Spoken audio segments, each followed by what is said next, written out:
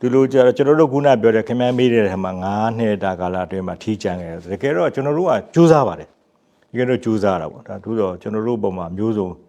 နိုင်ငံရေးရာတို့လှုပ်တာပါတကယ်တော့နိုင်ငံရေးရာပဲလှုပ်ကြတော့ဒါကကျွန်တော်တို့လက်ခံကျင့်သုံးနေတဲ့နိုင်ငံရေးစနစ်ကိုခိုင်မာကျင့်သုံးမယ်ဆိုတော့ဆုံးဖြတ်ပြီးတော့လှုပ်လာခဲ့တယ်အဲ့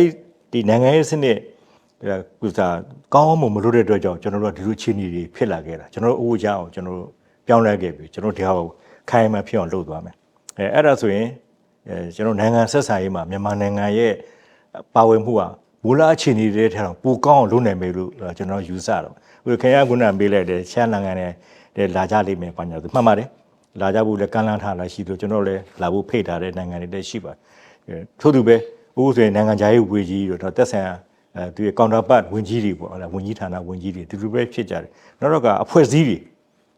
တက်ဆန်လို့အဖွဲ့လူငယ်တွေကစပြီးတော့ကျန်တဲ့ institution တွေလည်းအမျိုးစုံပဲဟိုဖိတ်ကြပြကြတယ်ကျွန်တော်တို့ရှိတယ်လာကြတယ်ဒါကဘာလဲဆိုရင်တိုင်းပြည်တဲ့အခွင့်အလမ်းတွေကြီးပဲဖြစ်ပါဒါကိုကျွန်တော်တို့ကကောင်းအောင်အသုံးချမယ်ဆိုလို့ရှိရင်မှန်ကန်နဲ့သုံးချဖို့လိုတယ်ရိုးသားနဲ့သုံးချဖို့လိုတယ်အဲ့ဒီပေါ်မှာဒါပြီးတော့အမျက်ထုတ်ဖို့တော့သွားလို့မရအမျက်ထုတ်မဲ့ရွေချက်ရှိလို့ရှိရင်တော့ခင်ဗျာဘယ်တော့မှမခိုင်ပါဘူး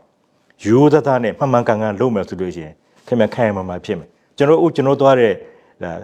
ဒီနိုင်ငံရေးစနစ်ကိုစီဝဲစနစ်ကိုတကယ်ရိုးသားနဲ့တိုင်းပြည်ကောင်းလုပ်ဖို့ရွေချက်နဲ့လုပ်တာနိုင်ငံဆက်ဆံရေးမှာလည်းတကယ်ရိုးသားနဲ့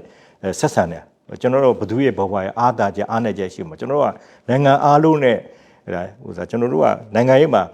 လွတ်လပ်ပြီးတက်ကြွတဲ့နိုင်ငံခြားရေးမူဝါဒကျင့်သုံးနေတယ်အဲတော့ကျင့်သုံးနေတယ်ဒါကတကယ်အခိုင်မာဆုံးပဲနောက်တော့ကကျွန်တော်ကအိန္ဒိယနဲ့တရုတ်ဆိုလို့ရှိရင်လေငင်းညံ့တော့သူရှင်ထွေးဒီထိုင်းမူကြီး9ရပ်နဲ့သူကျွန်တော်တို့ကအထီးတွဲဆက်ဆံထားတဲ့နိုင်ငံတွေဖြစ်ဒါကြောင့်ဒီဘုံမှာအခြေခံပေးလို့မဆိုရင်တော့မြန်မာနိုင်ငံရဲ့အနာဂတ်ကအင်မတန်ကောင်းတယ်လို့ကျွန်တော်ပြောရင်